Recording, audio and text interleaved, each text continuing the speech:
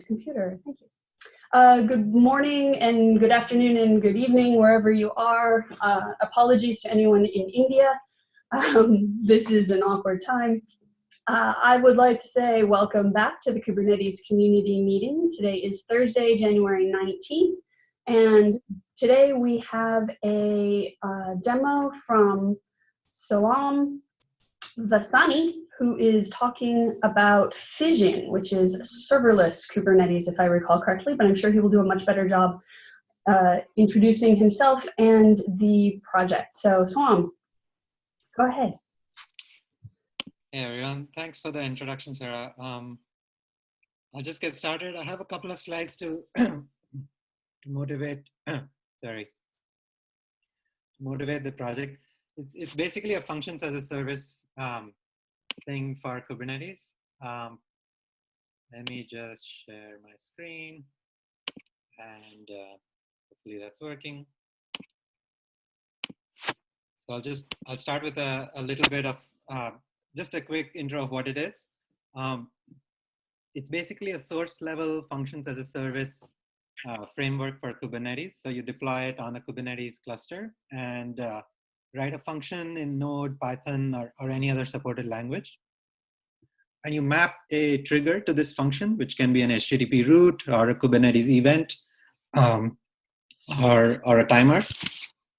And the function is run when that event occurs. And one point of functions as a service is that we only consume resources when the function is actually invoked and not when you just register it with the framework. But we still wanted to start relatively quickly. And we want to operate at the source level and as far as possible have the user not deal with container image building, container registries, versioning, and so on. So even versioning operates at the level of functions itself. So why do we build it? One thing we realized is I'm part of Platform 9, and we deploy Kubernetes on bare metal, bare OS rather clusters for our customers. And one thing we realized is the system is very comprehensive, both Kubernetes and containers, and flexible, but it takes several days for someone to learn how to use it and get started and make something useful with it. So we wanted there to be something where on someone's very first day with a Kubernetes cluster, they can have a useful HTTP service running on it. And it's also really useful for making relatively small REST APIs. Think of it as automated serverization rather than serverless. It's also a nice way to write webhooks or event handlers. And we also support Kubernetes watches. So we'll do demos of all those things. And a very quick thing about how we work. One thing is we want to operate at the source level, and the other is that we want to optimize the cold start time, the time that the overhead taken the first time you run a function. So to do both those things, we keep a pool of generic pods, which is basically a container that's language specific. So there's one image for Node.js, one for Python, and so on. And that image contains an HTTP server in that language, and it contains a little dynamic loader that can load a function. And the Fission framework portions, which are language agnostic, on demand, they choose a running pod from this pool. They copy the function into it, invoke the loader, and route the request to it.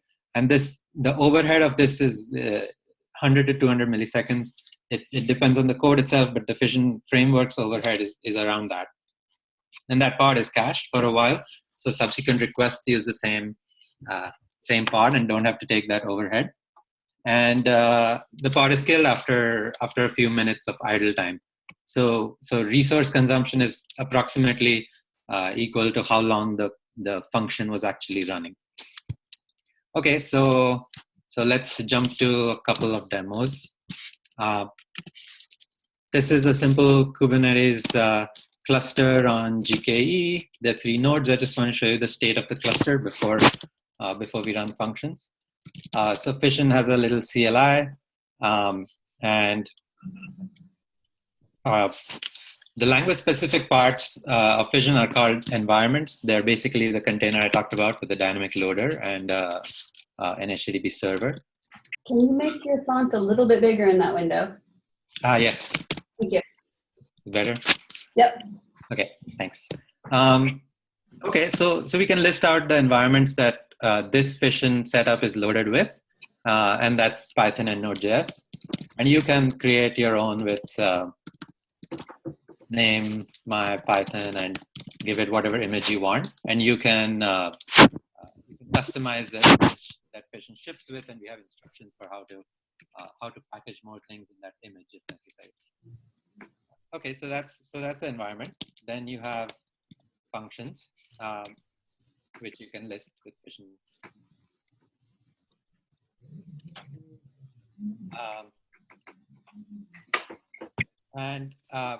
So to go back to those environments, I want to show you the set of generic pods that are running in that Kubernetes cluster. So we run them in a namespace, and there's a deployment for each of these for each of those environments, and each of them has a few pods that are idle. And when we run a function, a pod will be chosen from this pool used for that function and then discarded, and that pool will be replenished. All right, so let's just create a hello world function. So we have an example here. It's a really simple Node.js function. Like everything in JavaScript, it works in the callback style. So the function returns hello world and HTTP status 200. So we do that. And we tell Fission to use the Node.js environment. And I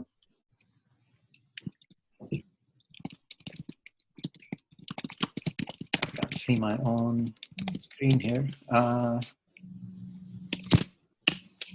Okay, so that function has been registered with Fission, and we can add an HTTP route to call that function. This route can either be versioned with a specific function. We'll talk about versioning in a second, or it can just use the latest version. And that should be it. I forgot to say create. Okay.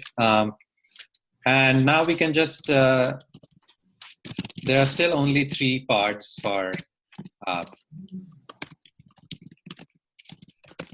that environment. No CPU or memory has been consumed for this function just yet. And so we just invoke that function. Fission router is just the IP address of a service that's exposed and points to the Fission router. So that takes about 200 odd milliseconds. That was the time it took for all the stuff to happen that I just described. And the next request takes about 100 milliseconds, which is the cached, which is the time it takes from my laptop to that cluster. And you can see the difference is around on the order of 100 to 200 milliseconds, and that's the overhead of a so-called cold start of the function. So that's hello world, and we can look at the pod that actually got created. So there's 4 Node.js pods now, and we can find our pod by the function name.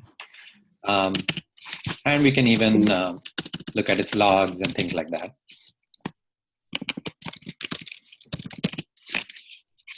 I don't know what happened there.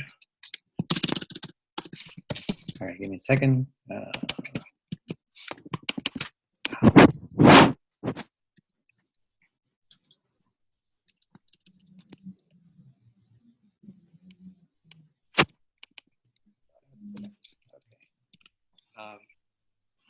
So you can find your pod using kubectl and look at logs and use our usual Kubernetes things to work with your function pod. And this pod will be automatically killed in a few minutes if there are no more requests. So that's hello world. I want to show one more small demo of how we work with Kubernetes watches. So you can create a Kubernetes watch and point that to a function. And you can use this perhaps to add some kind of custom monitoring or some sort of custom behavior on any Kubernetes resource. So let's create So the example I'm going to show is simply something that that sends Slack messages whenever a pod is created.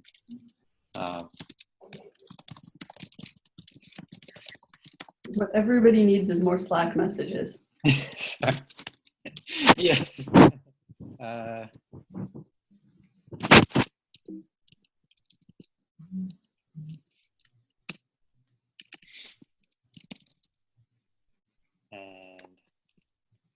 just gonna find my old. Okay, so this looks for all pods in the default namespace, and if they're added or deleted, it sends that Slack message. I can actually show you the source code of the function. It's not particularly important. But yeah, the request context gets the serialized object, and it can just look at the object's metadata, name, and so on.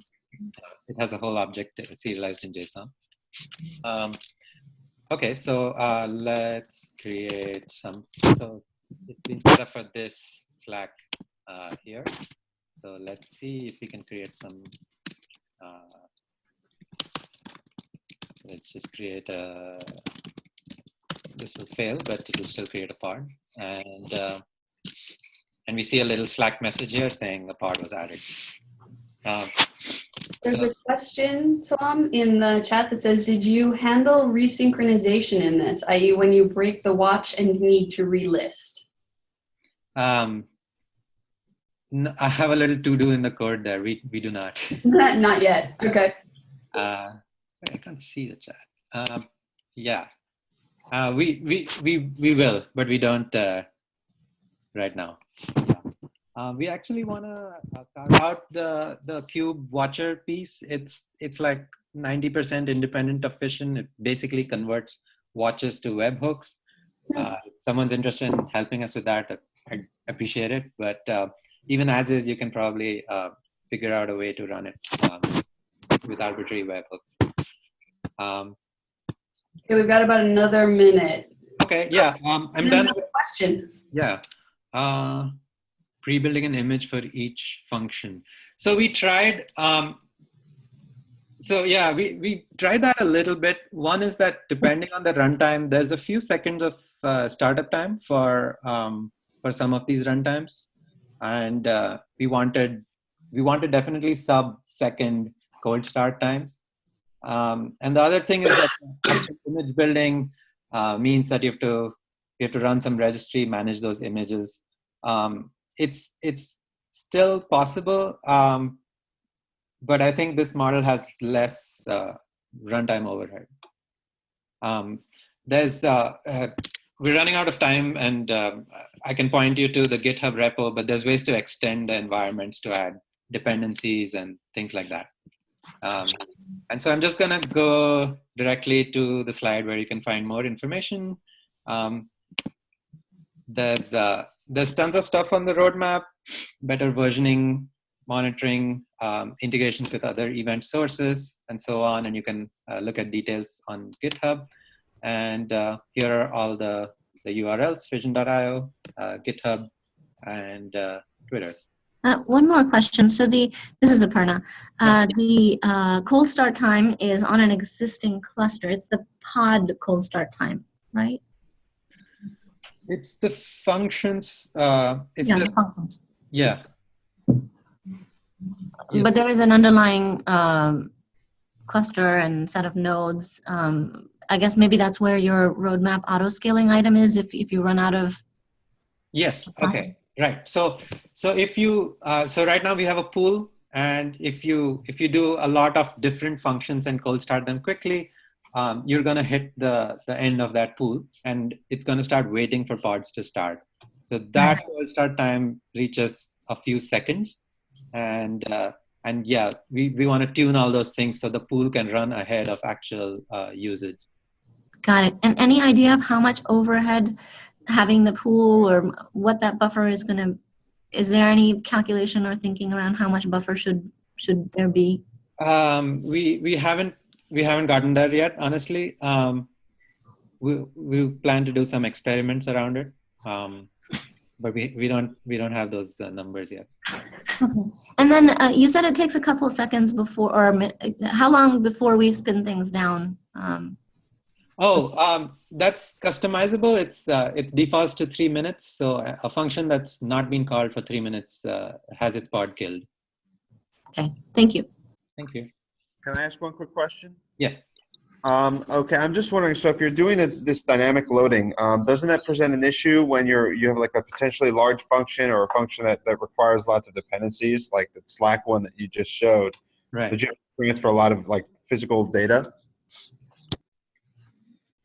Sorry, so what was the last part about physical data? No, you have to transfer a lot of data, or like, a lot of files every time you want to run, or I guess the first time you want to run, and it's cached, but right. It's just to compare, like this is a potential problem that I see. I'm just wondering how you solve it, or what's your approach? So right now, so there's a few questions there. One is, if functions get big, does the overhead increase? The answer is yes. The load time of the function is inside the cold start overhead. So if you have a very large function, depending on the language and how much time it takes to load it, that overhead is unavoidable. And the other question was about dependencies. We're working on a way for users to specify dependencies such as Python's requirement.txt or Node's package.json, and automatically manage those dependencies. But today you have to rebuild the image to add any clients you want. So for example, if you want to add a Postgres library, and if it isn't packaged with the environment, then you have to rebuild. And there's instructions for doing that, and it's fairly simple. Okay, I'm gonna have us wrap up on this. And Sam, can you put the link to your slides and your contact information in the chat so that we can put them in the notes? I will. Thank you. Yeah, thank you very much for the demo. That's awesome. Thanks. All right, moving on to the next thing. Releases, Dan and Caleb, 1.6. Yeah, I can talk about that if Dan is online. He's in Germany at the moment. So we are still, working on, planning to get the release out on time.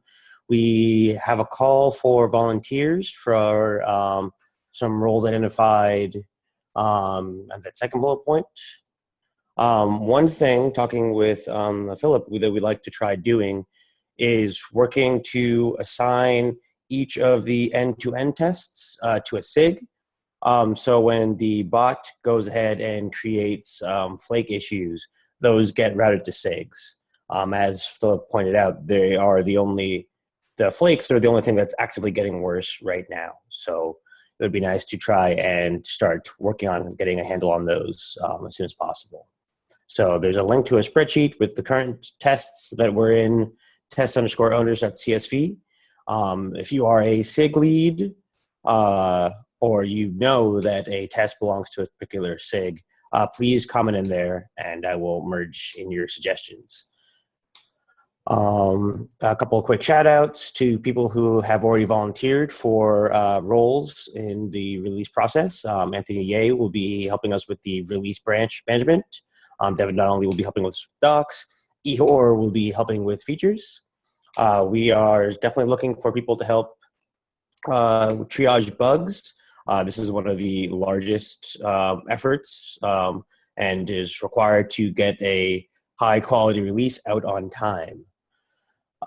We are also looking for a testing lead and manual upgrade testing lead.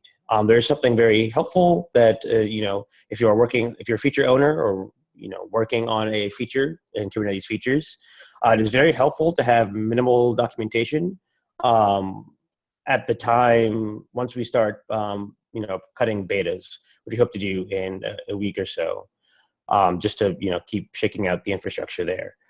If you don't have at least minimal documentation, either in your feature or merged into tree, it's very difficult for people who want to try out these features before we cut the release to check out any problems to actually play with these features. So if you need help doing that, please reach out to one of these two mailing lists. We have two here, Kubernetes release at coreos.com, which is just a email alias for Dan and I. And we have Kubernetes release at googlegroups.com, which is an alias for everyone who is currently involved in the release. As a reminder, there is going to the features repo for the 1.6 milestone is closing next Tuesday. That's the 24th of January, 2017. So if you have features that you believe need to go into 1.6, please open your issue now. Awesome. Thank you, Caleb. Does anyone have questions about 1.6 or want to volunteer? Of course, we have ways to volunteer offline as well. Okay. Aparna, I think there was a little bit of an update from the PM group and the features repro process. Actually, not that much. We had a big discussion last week. I think I just wanted to bring it up again for folks. There has been a number of volunteers to be PM representatives for the various SIGs. I think we have 7 of the SIGs have volunteers that were approved by the SIG leads. The remaining SIGs do need volunteers, so please reach out to your SIG lead if you are interested in being the PM representative. So that's one update. The other update is that we're still looking to make sure that people enter features into the features repo. I think we just mentioned that the deadline is coming up next week. So the PM group will be meeting very shortly around the deadline, probably a day before, to take a look at the features repo, and then we will reach out to anyone that we know who intends to have a feature that isn't in there and try and get it in. And this is also a lighter weight version of the features process from before, correct? That's right, yes. The features repo template was much more extensive before, and based on the feedback we got from the retrospective and just the community threads, we've made the template much easier and simpler. Cool. Thank you. Yeah, I'm happy to. Thanks for the update, Aparna. All right, I have next in the line, governance.md draft discussion. Ryan. Yeah. Hey, there have been a number of discussions in email threads and issues and pull requests about the governance of the project, and people wondering how the project operates. So I've been iterating on governance.md, trying to mostly document how the project operates already, kind of collected into one place, and put some straw man numbers and process in a few places where things were missing. With the evolving machinery for automation of PR workflow, incorporated some of those new concepts. One thing we've been working on for like a year is moving to a 2-phase review process where we have a reviewer or multiple reviewers do initial review of a pull request that touches different parts of the Kubernetes repository. And this applies to Contrib and hopefully eventually to other repositories as well. And then before it can be merged, not only does it need the LGTM for the reviewers, but it needs to get approved by someone with more authority, more experience, whatnot. So approvers and reviewers will be separately enumerated. The reviewers are the ones who will be auto-assigned for the review first, and then the approvers will get auto-assigned when the reviewers have LGTMs. So that is captured in governance.md. Other roles on the project, of which there are many, are also documented. We have been using the top-level owners file for a number of roles in the project, both formally and informally. One example of a formal role for them is when the incubator process was developed. The people in the top-level owners file became people who could sponsor new incubator repositories. In terms of informal, the way maintainers got added in the past is the people in the active members of the top level owners file were emailed to ask, is it okay if we add this person to maintainers? And it was just done by a lazy consensus. So what we have now is a straw man. I think some parts are more done than others. For example, SIG transparency and governance expectations from email discussions were dropped in. The roles were previously posted to a number of issues and pull request comments. Those have been dropped in. Again, it's more or less reflecting either where we are or where we are headed already, and hopefully we'll be the owners and approvers is going to be done any week now. I am creating a Google Doc with the contents of current governance.md pasted in and filing an issue to the community repo with a link to it.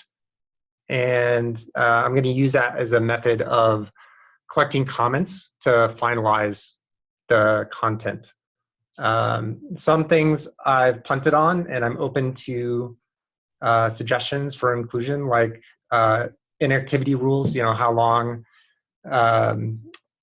a maintainer is inactive and maybe what the definition of inactive is before they should be considered for removal from maintainers and things like that. So there are definitely still details to work out. But I suggest we continue the discussion on the Google Doc, and we'll try that for a while, and then I'll fold in the comments. So Aaron is asking why a Google Doc instead of PRs against the governance.md file? PRs to governance.md are also welcome. One problem with PRs is that people can't comment on lines that are not changed by the PR, and the Google Doc allows comments on all parts of the document. Also, we don't have automation running on the community repo, so the PR process is somewhat more painful than it needs to be, and past PRs to the document and to some other documents as well didn't converge as quickly. So, if we're looking for a lot of broad feedback, in the past, Google Docs have worked better than PRs. So, for example, the early Federation docs were also started as Google Docs before being moved to PRs. So, sorry, I really kind of, this was Aaron asking that question. I really don't understand why pull requests aren't the appropriate way to do this. Like, why we pushed all this stuff into the community repo so that we could have these discussions out in the open. I find too often when there are design discussions around the initial implementation of some kind of proposal, that those tend to get lost in the dust after the sands of time have passed for a little while. I'd rather see like a little bit more auditing around this kind of discussion. I think like arbitrary comments against arbitrary portions of the document should not be possible. You should be making a pull request against that portion of the document if you feel it needs to change.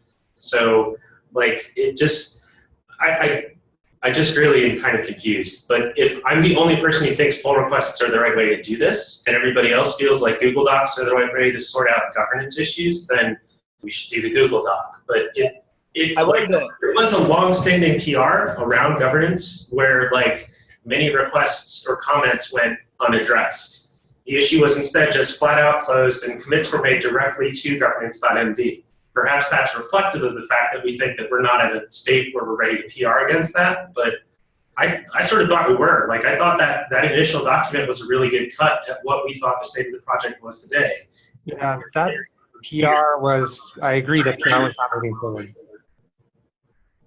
No, I'm saying I think that PR was the way forward. I'm still trying to understand why it wasn't the way forward.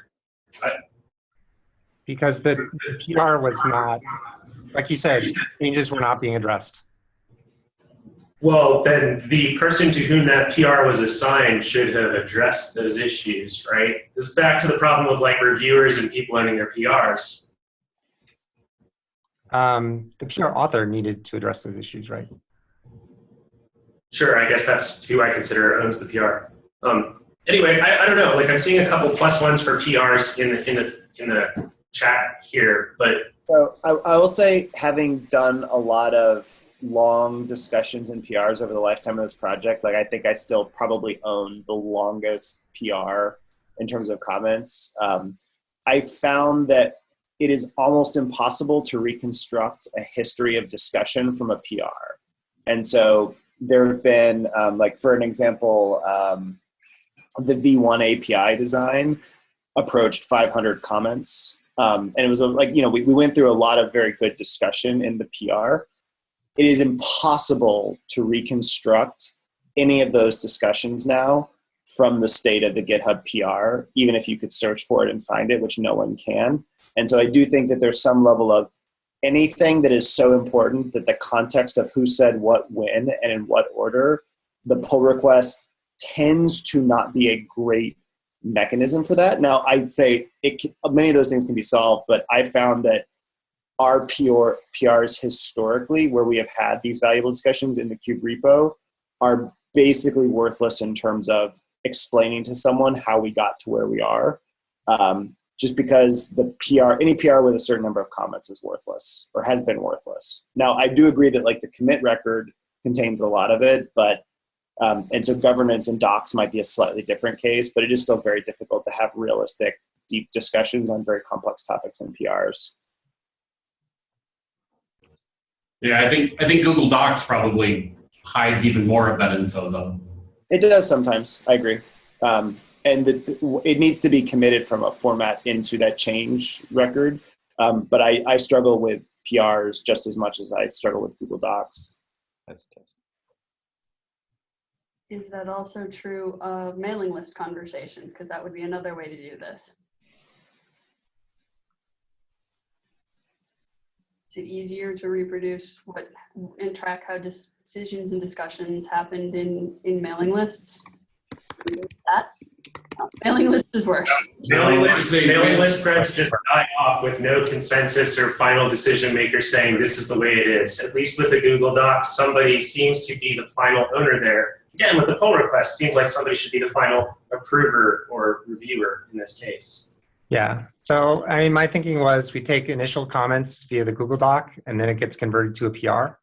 And then we can finalize it more there. If it kicks back to a lot of discussion, we may revert to the Google Doc. You know, I think for point-wise proposals, individual PRs for multiple people would be great. I don't think we're ready for 15 PRs by different people at this point. So I don't think there's a great way, but a Google Doc is much lower friction, I think, to mutate and to comment on.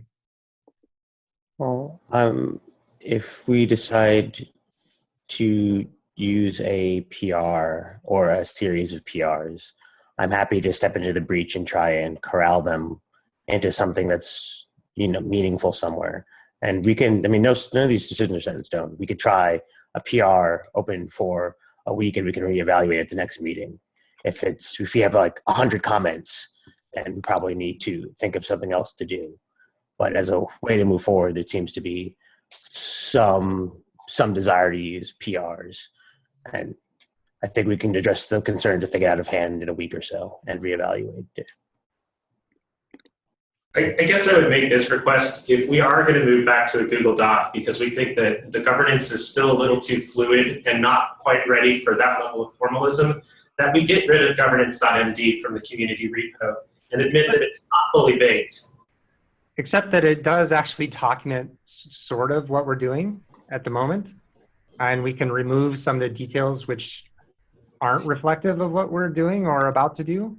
I don't think it's constructive to delete it. Like if you look at the vast majority of it, it actually describes the way things are. Like If the vast majority of it is good, then I would propose that pull requests seem the more appropriate venue for this. I think we have to have a proposal for what to change before we can have a pull request. I'm sorry, what now? We have to have a proposal for what to change before. Isn't that what a pull request is? Sorry. Look, we're getting way off track here. I apologize. I was just asking if I'm the only person who thinks pull requests are better for it. If everybody else thinks docs are better, fine, do the docs thing. But I think one of the problems this project has had is historically from a documentation perspective, So I'm gonna drop lots of out-of-date information in many different places. Yeah, I'm about to send an email about that.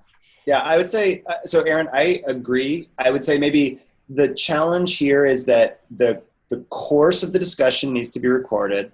The state of the current needs to be recorded, and that's very clearly pull requests and PRs to those.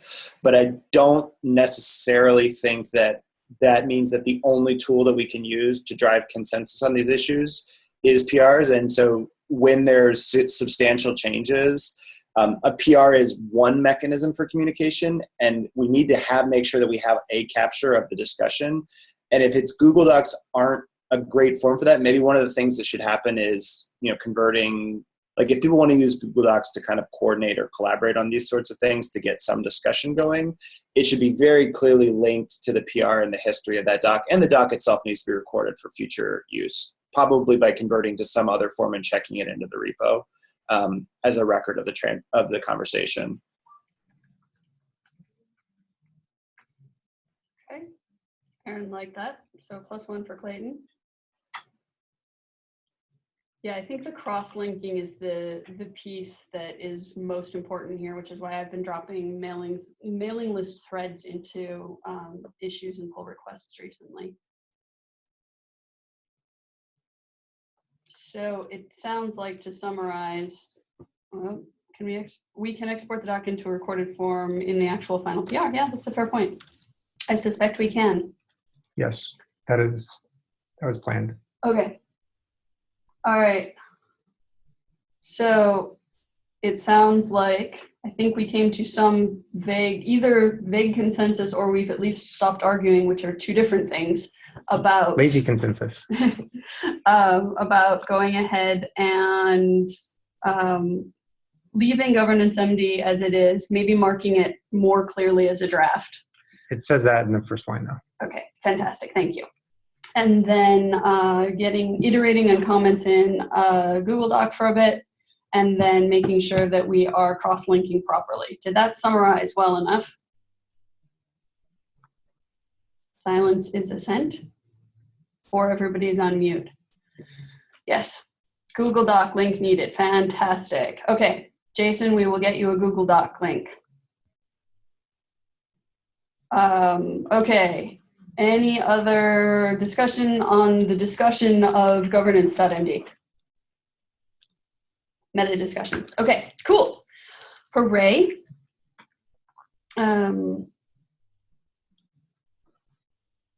Yeah, let's hope that it's more feeling heard and less frustration exceeds civility. Caleb says an end to talking is more likely an effect of feeling heard or frustration. I'm hoping it's the feeling heard part. Okay, on to the next topic, or send me notes later because you all do, which is great, and then I can help. SIG updates. We had SIG Apps, Michelle and Matt. Hello, this is Matt. I'm on the line.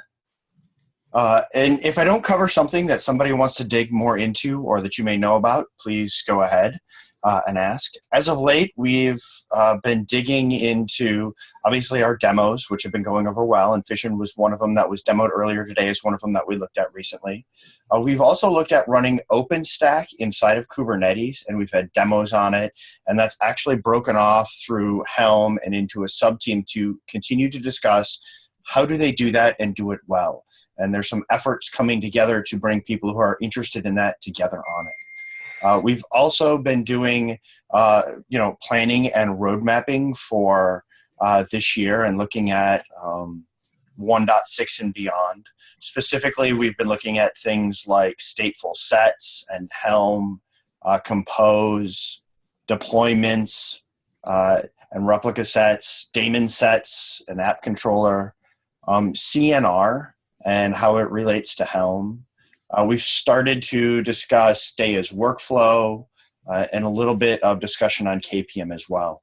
One of the things that we're doing now, though, is actually working through who's going or planning on doing what in the 1.6 timeframe and in the near future as well. We're also, in our next meeting, going to look at, we are looking at retrospective, to look back at 1.5 and what we've been doing to see if we can do a better job and learn from it. What have we done? What have we need to improve on, and that kind of thing, to try and get a better handle on improving that meeting, which has had great attendance, but we're always looking to improve. Some of the stuff we're looking at as improvements is we've had stand-ups, for example, where people report off on all these different activities, and we're going to try to expand on that a little bit to include some more folks, because one of the things that we realize is that there's a lot of stuff coming through here, and we don't always have a great handle on how everything is going at all times, which makes it difficult for me to talk about where CNR and KPM are at and report back to the community, because I'm not entirely sure. Helm itself has been running really well, though. Matt Butcher is doing a fantastic job keeping that on track, and we've been following along as well as that. I'm quite happy where that's going. So that's kind of where we've been. It's a very high-level overview. Is there something you'd like me to dig in a little bit more on?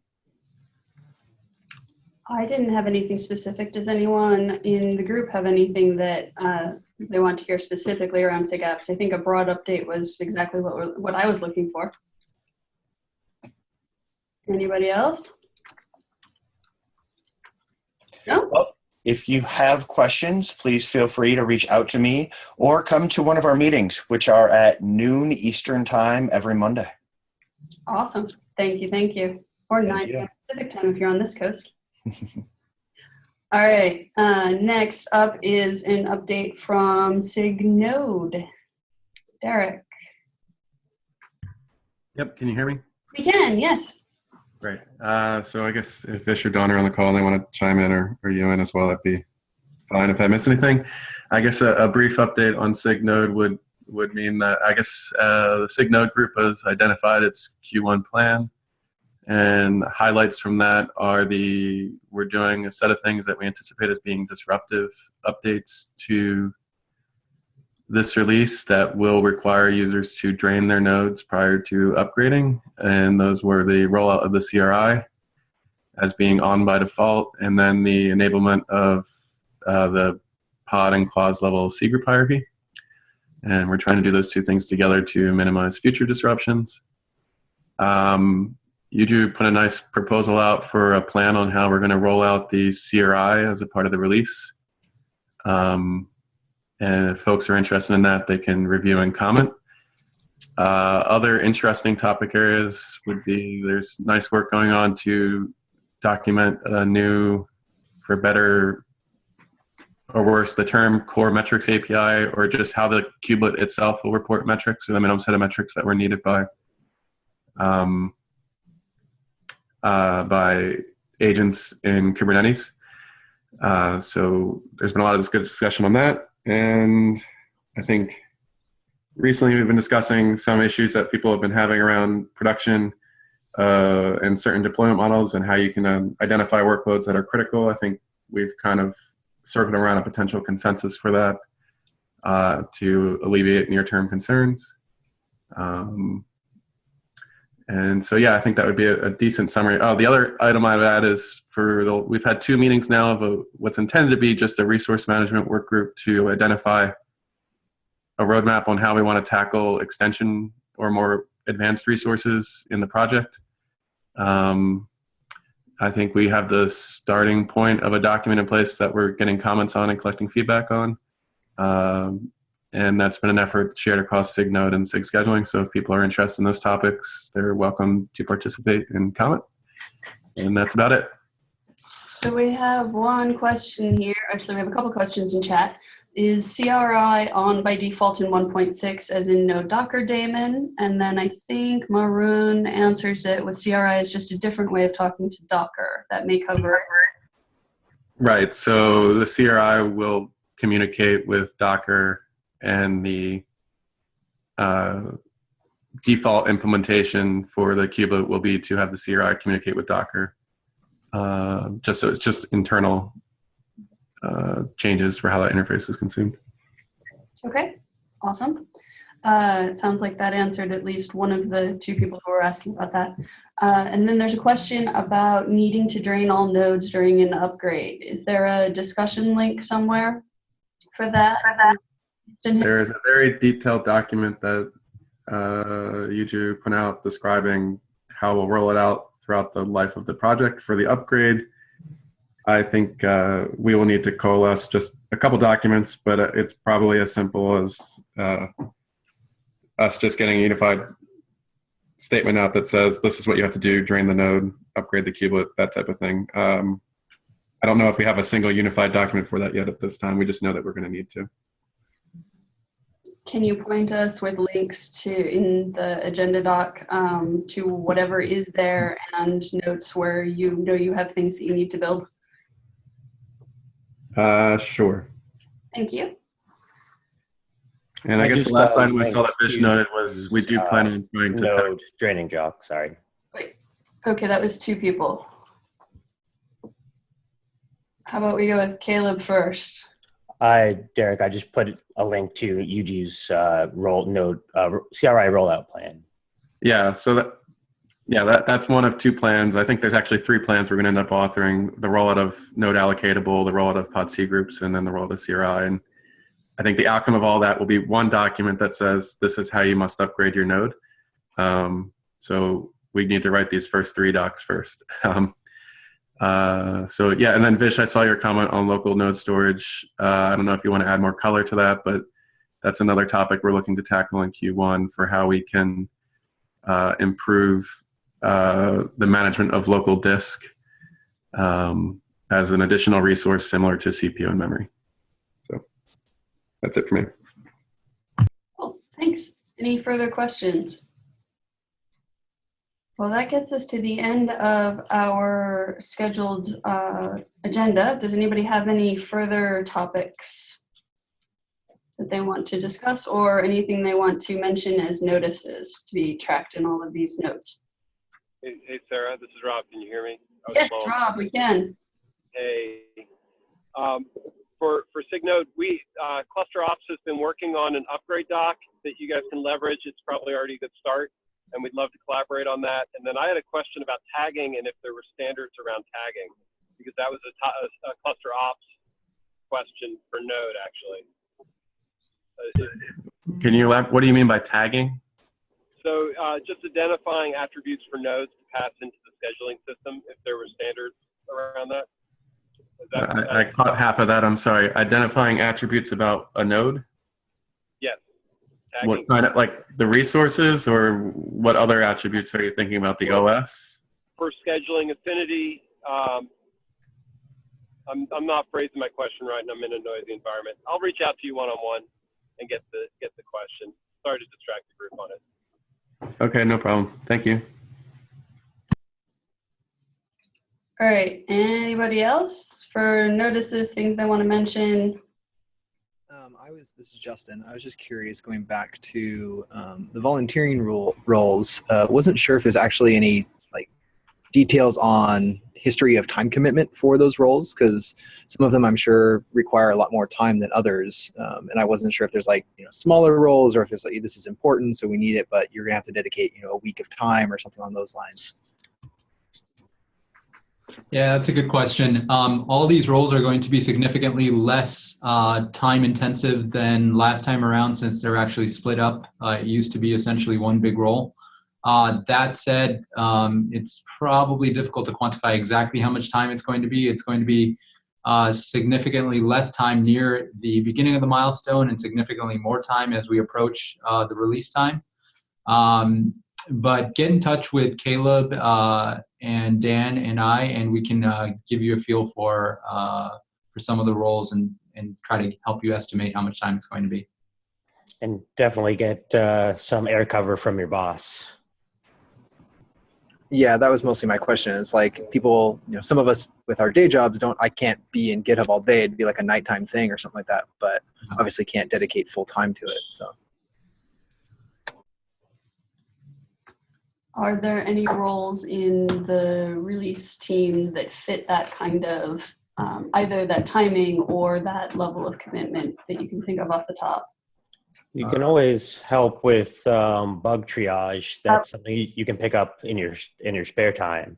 It's mostly going through GitHub, looking for flake issues and issues that have not yet been routed and owned by a SIG. So if you spent like an hour doing that every other day, it's still very helpful because it's a We proper have registry. multiple people working that role, which is what we did last time around.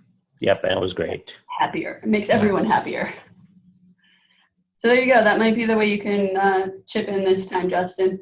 Okay, thanks. Yeah, I do that for docs occasionally, but yeah, I wasn't sure what the roles entail.